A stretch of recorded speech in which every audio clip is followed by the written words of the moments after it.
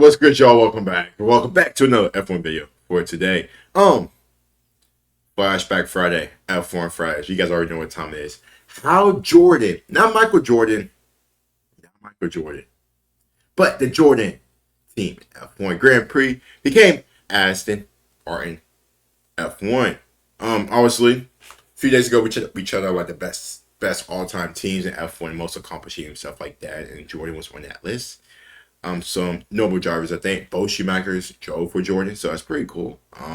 But I wanted to kind of just get to know more about the Jordan F1 team. Every time when I say Jordan, I feel like in my head I'm like Michael Jordan, but it's not. It's not. It's not basketball. It's F1.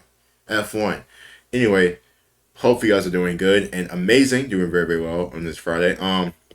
Shout out to Sports Cited with the video. All credit goes to him. I did see Checo Perez spun down in practice today. But I also, so I'm not sure what's really going on with that. But I did see as well that with Danny Rick being back in F1, it's kind of like a plan for Danny Rick to take Checo's spot next year. Do I think it's going to happen? I have to see. We gotta see. I don't think it is going to happen. I expect Checo to be with Red Bull next season. But we're not even really through the whole year, so these kind of rumors are kind of crazy. But you do start to hear these type of rumors, around this time. So let's see. But anyway, let's go ahead and get started. Don't forget to like the video and stuff as well. As it seems, the current day and newly rebranded Aston Martin team has its roots traced back as far as the Jordan Grand Prix team. But how are these two teams connected with one another? Let us now go through how Jordan Grand Prix became Aston Martin. Jordan Grand Prix was founded by Irish businessman Eddie Jordan. The team made its first ever appearance in the 1983 British Formula 3 Championship. It then jumped into International Formula 3000 after, and the constructor would have its driver Jean Alesi win that championship. Jean Alesi. 1991 would finally be the season where Jordan made the jump into Formula 1 with Ford engines. And they'd have a successful debut as well, finishing 5th in the constructors. And Italian driver Andrea De Cesaris would give Jordan. I don't know who that is. Look at that hat. Why is that brim so big? Back-to-back events at Canada and Mexico. They would additionally give Michael Schumacher his maiden race appearance. Yeah, hard though. 1992 and 1993 saw the Irish team struggle as they opted for cheaper Yamaha and then Hart engines. The team was riddled with mass retirements, which saw the constructor finish 11th in the team standings for both seasons. That's unfortunate. You try to go cheaper. You know what I mean? Like, it's kind of like, spending money. You know what I mean? You want a steak, you get the steak, but then that first time, but the second time you're like, dang, like, I can't really pay for this steak, kind of like that. Let me get this little chicken tenders and fries. You know what I mean? And you see it's not really as good because everybody can make chicken tenders and fries. That's unfortunate for Jordan. Also with them getting cheaper, it did not work out. And with them coming in 11th, kind of sucks. Turned around in 1994, where second-year driver. Hopefully that analogy made sense. I don't think it did though. First ever podium at the Pacific Grand Prix, but was also nearly killed in what was the worst F1 race weekend ever. Oh my God. Marino. Consistent points finishes from Barrichello in particular saw Jordan finish 5th with 28 points scored. And yeah, Ruben Barrichello. Their greatest points tally to date. Additionally, Barrichello secured the team's first ever pole position at a rain-affected Belgium. 1995 was to be slightly worse for the team now equipped with Peugeot engines, but they still managed 6th overall in the constructors, and one of their cars finished in 2nd place, achieved by Barrichello at Canada. It was in 1996 where Jordan now adopted the famous gold and then in the future the yellow livery scheme, thanks to a big sponsorship deal with Benson and Hedges. However, this didn't translate into any podium finishes for the season. Dang. In saying this, Jordan drivers Barrichello and new teammate Martin Brundle managed to score enough points for the team to secure 5th place with 22 points, scoring one more point than what the team managed in 1995. Hey, we'll take that. Steady improvement. Jordan peaked. The new, yet inexperienced driver lineup of Ralf Schumacher and Giancarlo Fisichella proved to be a success. Each driver scored at least a podium, highlighted with Fisichella's 2nd place finish at Belgium, and both consistently finished in the points. And if Ralph hadn't gotten 10 retirements for the season with liability issues, then they could have finished higher than 5th, where they That's pretty good. That's really, really good. Points. With new Mugen the young guys from 1998, Jordan would further climb the ranks despite the constructor not scoring a single point in the first half of the season. They would start scoring points consistently at the other half of the year, and they would finally go on to clinch their first ever win at the memorable Belgian Grand Prix race with their signing for the year in Damon Hill. Damon Jordan Hill. actually claimed a 1-2 finish here with Ralph in second place, the only 1-2 finish as a constructor in F1. And with Ralph getting podiums in back-to-back races, this helped Jordan finish 4th in the constructors with 34 points, just 4 points behind Williams. Look at them, 1999 man. would be Jordan's best season, massively fueled by new driver signing Heinz-Harald Frentzen. Heinz-Harald scored 2 Frentzen. wins for the team as well as 6 podiums overall. Unfortunately, Damon Hill could only score 7 points for the team in his final season compared to Fretzen's 54, as Jordan still comfortably finished 3rd in the constructors, easily the team's best ever standing. 2000 was sadly the start of the end for Jordan. But the good thing is that, you know, they were having some success, obviously, about that. But I was saying, you know, I actually lost my train of thought. Let me just shut up. My bad, y'all. My bad, They y'all. had been relegated. My bad, y'all. I lost my train of thought. Although Frentzen managed to score a couple podiums, the team could only manage 6th overall. As Mugen left F1 in 2000, Jordan then just simply used the Works Honda engines, which saw minor improvements. And although the talking point for Jordan's season was the sensational sacking of Frentzen, Jarno Trulli was able to continue to scrap enough points for the team to finish 5th with 19 points. A tally they'd never reach again, as 2002 was to be the Dang, worst that was their season peak. points-wise Oh, since God. 1993. As a returning Giancarlo Fisichella, So they were good, bad, good, bad. could only manage 9 points between the pair, but it was still good for 6th in the constructors amazingly. 2003 was when Jordan, now powered by Cosworth, started to really struggle financially. Although Fisichella managed to win the 2003 Brazilian Grand Prix in one of the most bizarre races ever, the season was to be disappointing despite scoring more points this year. I don't care. That car looks nasty. However, That's not a 13 good points livery. this time Not around rocking was with only it. good for 9th. And they would finish 9th again in the final 2 seasons on the grid in 2004 and 2005. But in the last year, Thiago Monteiro did score the team a 3rd place finish in 2005, but only thanks to the United States Grand Prix, which had just 6 runners because of the Michelin fiasco. Oh, yeah. Eddie Jordan ended up selling the team to the Midland Group for $60 million. He entered the 2006 season as Midland F1 Racing. Ew. It was more the same, as Midland were confined to the back. This is my first time hearing about Midland. Christian Albers. Neither would score a point, and Midland finished 10th out of 11 constructors. Oh, that's as real the team was shitty. sold to Spiker for about $107 million.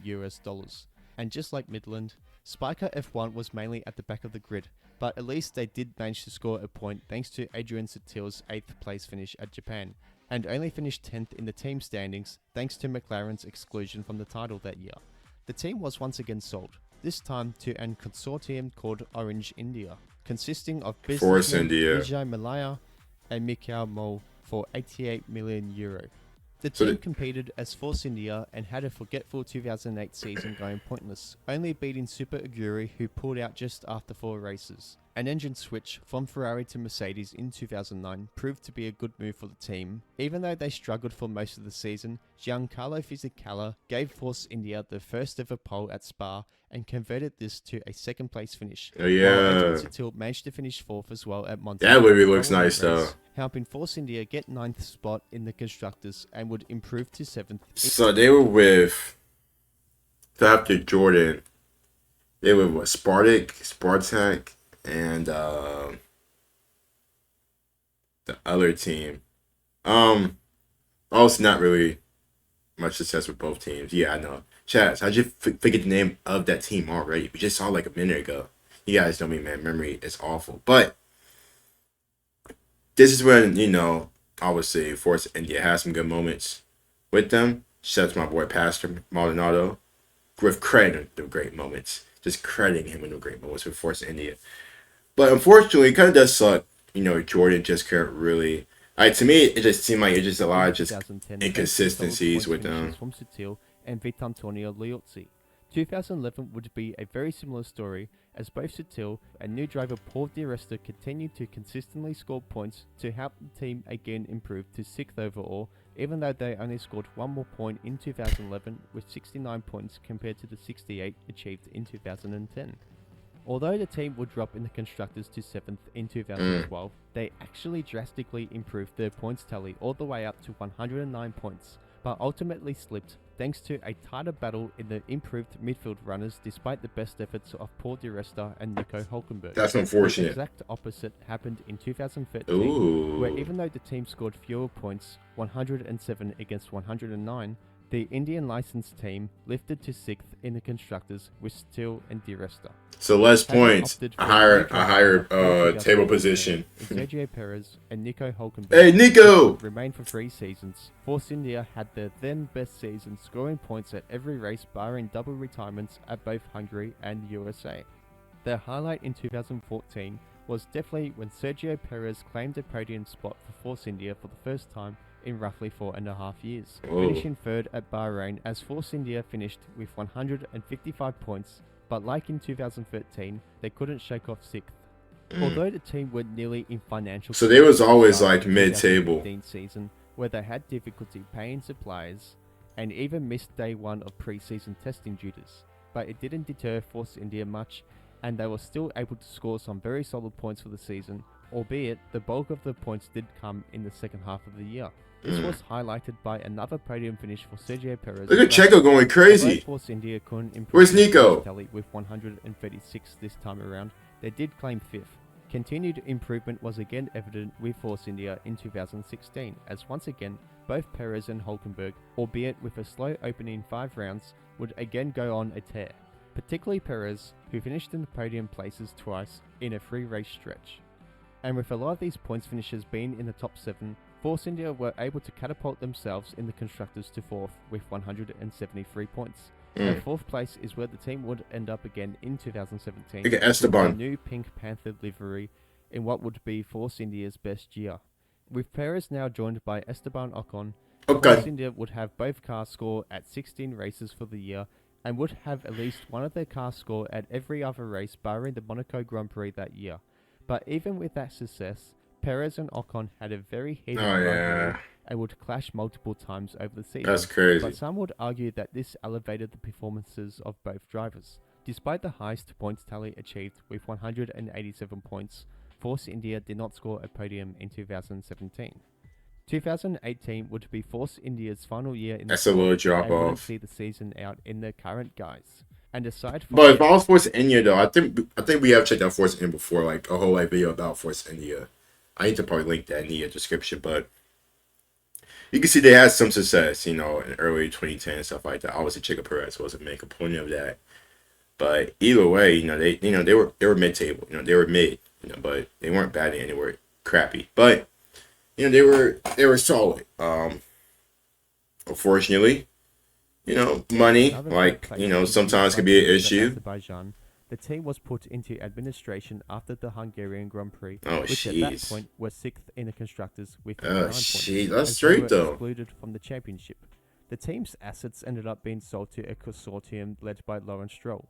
In terms of legal issues, however, put simply, because the consortium were able to buy the assets, but not the actual shares in the team had to race under a new entity named Racing Point Force Racing India. Point Force This would India. be shortened to just Racing Point in 2019. Right, They were right. much better for the final 9 races of the season, scoring 52 points overall, and still Well, just able to under the maintain Force their India, position. They would have brand been top team. 5, if They not were for the good. earlier exclusion of the original Force India. 2019 saw Lance Stroll replace Esteban Ocon, and the team would, for the most part, have a slow first half of the year, where they were all the way down in 8th. And I only always 5 forget points Checo ahead of hasn't Haas been with after Red the Bull for too Hungarian Grand long. Prix. I always forget From that. Belgium onwards, team results improved, with Perez in particular going What was it, on like to his third, points fourth season, in right? 8 of the final 9 races, as they scraped their way to 7th in the Constructors' Championship. 2020 saw the team adopt the strategy of replicating as much of the 2019 championship winning Mercedes as possible. And it Oh, was yeah, an this is idea when they was that paid off copying them. immensely, and the team became one of the leaders in This the is lineup when for they the was division, copying them. as Perez and Stroll would both feature on the podium twice, with Perez claiming the team's first ever win at the Sakhir Grand Prix, as well as the second place at Turkey. Stroll additionally sealed 2 third-place finishes at Italy and the second Bahrain race. He additionally Stroll, claimed Racing man. Point's So first weird. and only pole position. at Crazy Turkey. driver. Racing Point would have been third in the Constructors too, if not for losing 15 points thanks to illegal brake ducts, but they still easily managed fourth with Whoa. 195 But yeah, points. I watched that on second being Drive to Mercedes. Survive. It was announced in 2020 that the team would commercially rebrand to Aston Martin for 2021. Aston And Martin. with the new driver acquisition of Sebastian Vettel alongside Lance Stroll, it could be another great year for the team as they truly look to become one of the front runners. Although the original Jordan team technically didn't get transferred on legal grounds, the origin still clearly remains.